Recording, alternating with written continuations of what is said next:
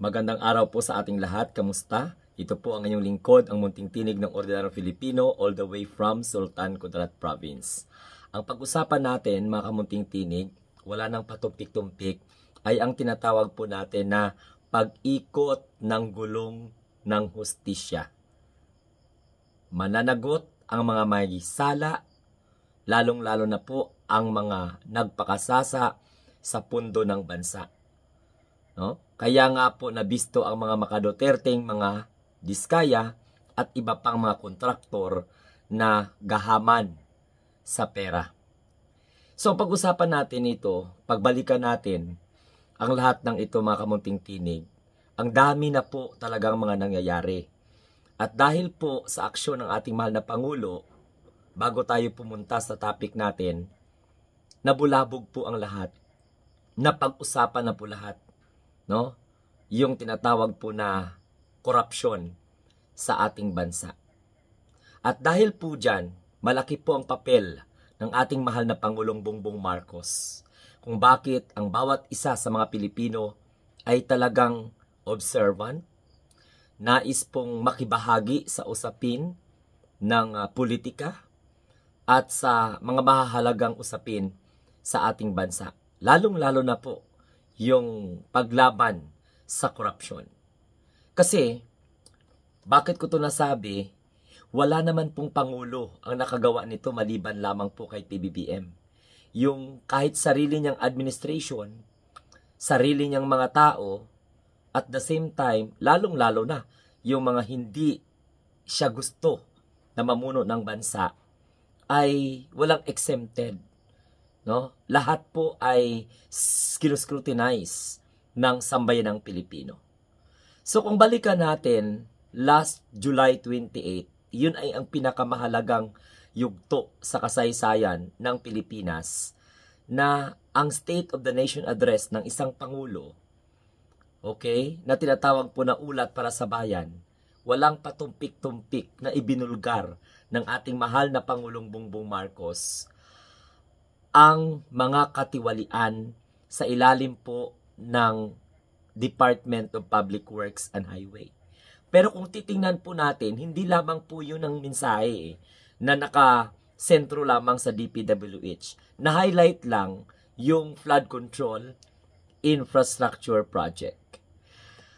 Kung tatandaan natin na simula ng State of the Nation Address ng ating mahal na Pangulo, marami na po ang nagawa, no, ang ating mahal na Pangulong Bongbong Marcos. Nagawa ng isang administration na hindi po nagawa ng mga nakaraan. Lalong-lalo na itong paglaban sa korupsyon gamit ang flood control projects na guni-guni. Okay? Kung hindi guni-guni, ayun, duplicated, substandard, reported as complete, but in reality, upon inspection, wala po na kahit isa na nasimulan.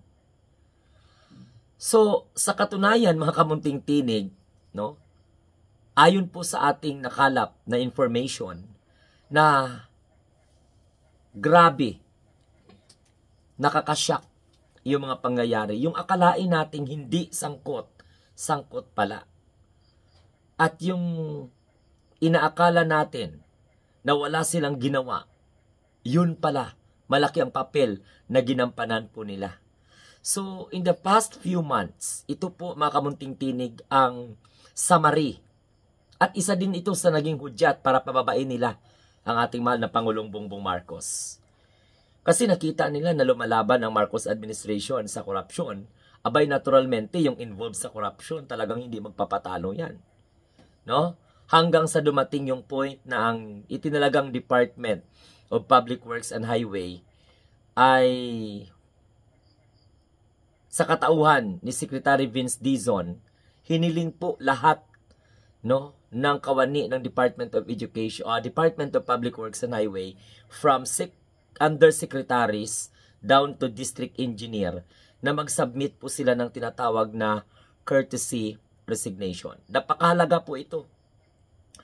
Isa po itong hakbang para sa paglilinis po sa hanay ng Department of Public Works and Highway na isa po sa nagiging bida, no? Panahon na nagkaroon po ng State of the Nation Address dahil the President himself instructed the Department of Public Works and Highway under the leadership of Secretary Manuel Bunoan to submit the finished, unfinished, and to be finished na mga infrastructure projects and flood control projects sa ilalim ng kanyang administration from 2022 up to the present.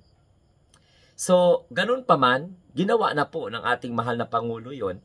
And tumalima naman ang Department of Public Works and Highway hanggang sa gumawa po ng website na isumbong mo sa Pangulo, no? Kung may alam po tayo mga makakatiliwalian. At nakaabot po, no? Umabot po sa mesa ng presidente yung sandamakmak na mga reported problems, no? As far as flood control projects is concerned, na kung saan specifically na-highlight doon ang mga substandard, yung mga guni-guni or mga ghost projects, and at the same time, yung mga reported completed pero wala nga. Kaya nga masasabi po natin na talagang ghost siya. So yun po ang nangyari. Matapos po yan mga kamunting tinig ang State of the Nation Address ng ating mahal na Pangulo. Yan po ang mga kaganapan. Napalitan po ang Department of Public Works and Highway Secretary. Napalitan po ni Secretary Vince Dizon from DOTR. Lumundag papunta ng DPWH. At hanggang ngayon, meron po tayong secretary na bago. Kakatalaga pa lamang. So, and at the same time, dahil po, nagkandak pa ng mga Infracom hearing, nagkandak po ng Blue Ribbon Committee, but actually, kakalabas lamang po ng balita na parang isuspindi na ng Senate Blue Ribbon Committee ang kanilang investigation. Pero nauna nang sinuspende ng Infracom ang kanilang investigation para mabigyang daan ang Independent Commission for Infrastructure. At yan nga po yung itinaga ni ating mahal na Pangulo para walang bias, okay, isang Independent Commission for Infrastructure ang kanyang itinilaga. Dahil po sa patuloy na pag-iimbestiga at nagkaroon po ng linaw ang lahat, no? Itong Department of Justice sa pamumuno po ni Secretary Boying Rimulya nag-issued po ng Immigration Lookout Bulletin laban po dito sa mga opisyal ng Department of Public Works and Highway and other contractors na sangkot po dito na mga pinangalanan po sa pandinig. At take note, itong mga napangalanan na ito, hindi sila makakalabas ng bansa dahil naisama na po sila sa Immigration Lookout Bulletin. At may mga politiko dito, mga kamunting tinig. So, patuloy tayo, itong si Secretary Dizon, inabolish niya yung Anti-Graft and Corruption Practices Committee na nabuo po, no? Na binuo ni Secretary Manuel Bunoan, na isa din po sa mga tinitingnan kung siya po ay sangkot o wala, pero dumating ito sa mga ilan pong mga pandinig. Hindi sila exempted, no? Dahil po sa isang expose ni Senator Lacson, kahit na wala siyang direktang kinalaman doon, parang worthy naman na tanungin kung ano yung influensya niya doon sa mga pamilya na nabanggit ni Senator Ping Lacson sa kanyang privilege speech. Kaya nadamay po yung kanyang pangalan. Kahit na hindi po mag-privilege speech itong si Senator Ping Lacson, talagang dapat lang natanungin kung ano pong nangyari sa panahon na siya po ay Secretary ng Department of Public Works and Highway, bakit nakakalusot po itong trilyon na mga anomalya na ang sangkot ay ang mga district engineer at iba pang mga matataas na opisyal ng Department of Public Works and Highway, nakaladkad pa yung mga mambabatas na hanggang ngayon tudutanggi kung ano ang kanilang kinalaman dyan. So ito si Secretary Vince Dizon, para po magiging siguro smooth ang kanyang pamumuno at talagang malinis lahat, inabolish niya itong itinatag na Anti-Graft and Corruption Practices Committee. Ang Department of Public Works and Highway Secretary po natin at ang chairperson ng Commission on Audit na si Gamaliel Corduba nag-submit po to the Office of the Ombudsman, no, audit findings on the 5 flood controls in Bulacan and recommended filing of criminal charges against Wawaw Builders, Sims Construction, Trading, and at the same time, the controversial Discayas owned St. Timothy Construction na nauna na pong ibinunyag partially ni Vico Soto. Okay? So ito po yung mga development, mga kamunting tinig, sa pakikipagtulungan po ng DPWH sa pamumuno ni Secretary Dizon and ng Commission on Audit, Chairperson Gamaliel Cordoba, sinumiti po nila itong sa Office of the Ombudsman, no? Yung COA report, yung COA findings na kung saan 5 flood control projects in Bulacan and recommended filing charges against or criminal charges against those construction company that I'd mentioned a while ago. So hindi pa po yan mga kamunting tinig ha. Nag-issue po ang ating mahal na Pangulo. Ito po yung pinaka-importante na nangyari matapos po yung State of the Nation Address na kung saan ay ipinahayag po ng ating mahal na Pangulo na labanan ang korupsyon. Kaya ibinulgar niya yung katiwalian sa ilalim ng Department of Public Works and Highway. So ano po yung pinakamahalagang hakbang ng ating mahal na Pangulo na pinuri po ng kahit na makakaliwa whatsoever, kahit against sa kanyang principle, yung pagkatatag po ng Independent Commission for Infrastructure sa bisa po ng Presidential Executive Order number 94. Na kung saan itong Executive Order number 94, ito yung naging daan para buuin at itatag ang Commission for Infrastructure or Independent Commission for Infrastructure. Kung matatandaan po natin mga kamunting tinig, naging highlight din sa paggulong ng hustisya, okay, para mapanagot ang mga may sala, no, sa pagbulsa ng pondo ng ating bansa, lumutang itong pangalan nila Bryce Hernandez. Okay? Mga Bryce Hernandez, Alcantara, Bernardo, Mendoza, at tsaka marami pa pong iba mga kamunting tinig. So, nakipagtulungan po sila sa pamamagitan po ng tinatawag na sinurrender nila yung kanilang sarili, sinagot nila yung halos lahat ng mga katanungan, at hanggang sa talagang nag-respond sila sa tawag po ng Independent Commission for Infrastructure sa pamamagitan po ng mga sabpina. Unang-una na po dito nabanggitin natin itong si Bryce Hernandez. No? Sumampa ito sa ICI, no? Para po dahil siya ay nilabasan ng sabpina. So, ganun na nga nangyari. Nag-return siya ng kanyang mga luxury vehicles. O aside from that, yung mga Diskaya na put into yung kanilang custody, ang kanilang mga luxury cars na kung saan nalito pa yung publiko dahil may 48, may 28, may 12 na mga luxury vehicles. At tinitingnan po yung mga papeles, no? At pero napag-alaman na iba pala hindi po pa talaga binili dito sa Pilipinas. So ayun, itong si Bryce Hernandez, pumunta po ito sa Independent Commission for Infrastructure. At matatandaan po natin, nagkaroon pa po ng conflict yung Senate at saka House of Representatives dahil po sa kung sino yung may talagang custody sa kanila. Now, ito,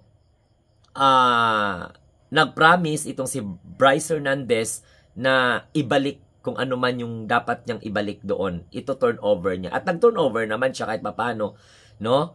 Dahil po sa matawag po yan na nakaw na yaman na nasamsam na, so ibinalik. Okay? So, matatandaan po natin na very controversial talaga yung flood control programs dyan sa may Bulacan. Sapagkat ang Commission on Audit, nag-submit po ito ng fraud audit report sa Independent Commission for Infrastructure. particularly kung ano po yung nangyayari dyan sa flood control sa may Bulacan. Very controversial talaga yung Bulacan, mga kamunting tinig, no? And at the same time, nabanggit sa paghihiring, mga kamunting tinig, ang pangalan ni Saldico, pangalan ni Speaker Martin Romualdez, at matatandaan po natin, doon natin nalaman na yung assets pala ni Saldico, air assets, nagkakahalaga po ng 4.7 billion, ranging to 5 billion. So habang patuloy ang investigation, habang nadadawit ang kanyang mga pangalan, discover po ng CAAP yung tangka, no, na i-deregistered yung air assets na kung saan may kinalaman kay Saldico. At yung air assets na yan ay ipinakita po yan ni Department of Public Works and Highway Secretary Vince Dizon sa publiko sa pamamagitan po ng press conference. Kasi naka-registered po sa kanyang pangalan at sinubukan po, mayroong attempt na i-deregistered. Pero itong si Saldico, kasama si Speaker Martin Romualdez at ang ilan, nalilink po ito sila sa mga budget insertions, no? So, para klaro tayo, mga kamunting tinig, sa ngayon, yung AMLAC, yung Anti-Money Laundering Council, na-secured na po yung freeze order. Actually, na-vlog na po natin ito, mga kamunting tinig, no? Na mayroon pong mga 1,600 na mga bank accounts, may mga 54 insurance policy, 163 motor vehicles, meron pong mga 40 real properties, and may mga 12 e-wallet accounts na kung saan ay na-secure na po ang freeze order niyan ng Anti-Money Laundering Council. Sa punto na ito, ha, mga kamunting tinig, ha, and then, nadamay pa po yung mga pangalan dyan, nila Jingo Estrada, Joel Villanueva, nila Saldico, Mitch Cahuyon, no? Andyan pa kasama si Undersecretary Bernardo, Henry Alcantara, Bryce Hernandez, yung Assistant District Engineer na si JP Mendoza. So yun po, na-secure na po yan ng Anti-Money Laundering Council yung mga assets, na freeze na po nila yan. So, pag sinabing freeze, hindi na po nila yung ma-utilize, hindi nila yung magagalaw. Okay? So, dahil po sa kontrobersya, kasagsagan po ng budget deliberation ngayon, so talagang grabe yung cut. Halos 1/3 ang pondo na natapyas sa Department of Public Works and Highway. And reasonable, natapyasan yung kanilang budget ng halos 1/3. Yung pera, ibabalik po yun sa taong bayan sa pamamagitan po ng mga social services, yung healthcare, education, etc. etc. So, yung tinapyas na 1/3 na budget mula po sa pondo ng Department of Public Works and Highway, pinapaalam po na ilalaan po yon sa mga social services at saka healthcare services at marami pa pong iba. And yung Independent Commission for Infrastructure, nire-recommenda din po yung pag-file ng criminal cases, no, doon po sa ombudsman laban kila Saldico, at meron pang mga 17 ibang pang mga individual. Okay? Kaugnay po sa mga irregularities sa flood control projects in Mindoro at iba't ibang bahagi po ng Pilipinas. Now, gusto ko lamang pong idagdag sa inyo, mga kamunting tinig, na mayroon pong mga reklamong bed rigging, no? Isinumiti din po yan ng Department of Public Works and Highways sa Philippine Competition Commission, yung PCC, laban po sa 5 contractor na may mga penalty na kung saan nagkakahalaga ng 2.3 billion. Now, when it talks to penalty, actually nakaamba rin pong harap ng penalty ang mag-asawang Diskaya sa halaga atang 300 bilyong piso. Na nung tinanong sila ng media, abay, hindi nila sinagot. Okay? So, speaking of mag-asawang Diskaya, maaaring patawan sila ng 300 billion na penalty kung ang lahat ng 1,214 nila na mga contracts nito mula 2016 ay na-award sa kanila dahil sa dinayang bidding. Kasi malalaman po yun Actually nga kasi magkakamag-anak. So, may monopoly sa bidding. Kahit na sino man sa kanila ang manalo or matalo, sila yung makikinabang, no? pamilya pa rin yung makikinabang. Kaya kapag napatunayan na nagkaroon po dito ng pagmamanipula, okay, dinaya yung bidding process, abay mahaharap po itong mag-asawa na si Curly at saka si Sara Diskaya ng penalty na nagkakahalaga sa 300 bilyon. So, ang mga tiwali, mga kamunting tinig, ay unti-unting napaparalisa. Lumiliit ang kanilang mundo, okay? Ang kailangan na lang nilang gawin ay ang harapin ang mga kasong isasampa laban po sa kanila. Sabihin ang katotohanan at ibalik ang nakaw na yaman. Mula po sa pera, mula po sa buwis ng taong bayan. So yan po mga kamunting tinig. Kasi ang sabi ng ating mahal na Pangulo, walang sasantuhin, walang sisinuhin. Kamag-anak, kaalyado o hindi kaalyado, ang importante ang taong bayan ay hindi po madidihado sa punto na ito. So yan po ang gulong ng hustisya. Dahil po sa pag-ikot ng gulong ng hustisya, nabisto tuloy. Okay, lalong-lalo na ang mga Diskayang connected sa mga Duterte allies. At marami po ang nag-aabang. Okay? So hanggang sa nagtuturuan na yung mga possible na mga involved dito po sa maanomalya na ito. So congratulations sa ating mahal na presidente sa pagkanyang matapang na laban sa korupsyon. So the wheel of justice are turning. So siraguradong may mananagot, may magbabayad, at may makukulong. Ito pong muli, ang inyong lingkod, ang munting tinig ng ordinaryong Filipino. Kung kayo ay bago sa ating channel, huwag kalimutan mag-share, mag-like, and mag-subscribe. Have a nice day, and God bless everyone. Mabuhay po ulit, uulit-ulitin ko, tayong mga bagong Pilipino sa bagong Pilipinas.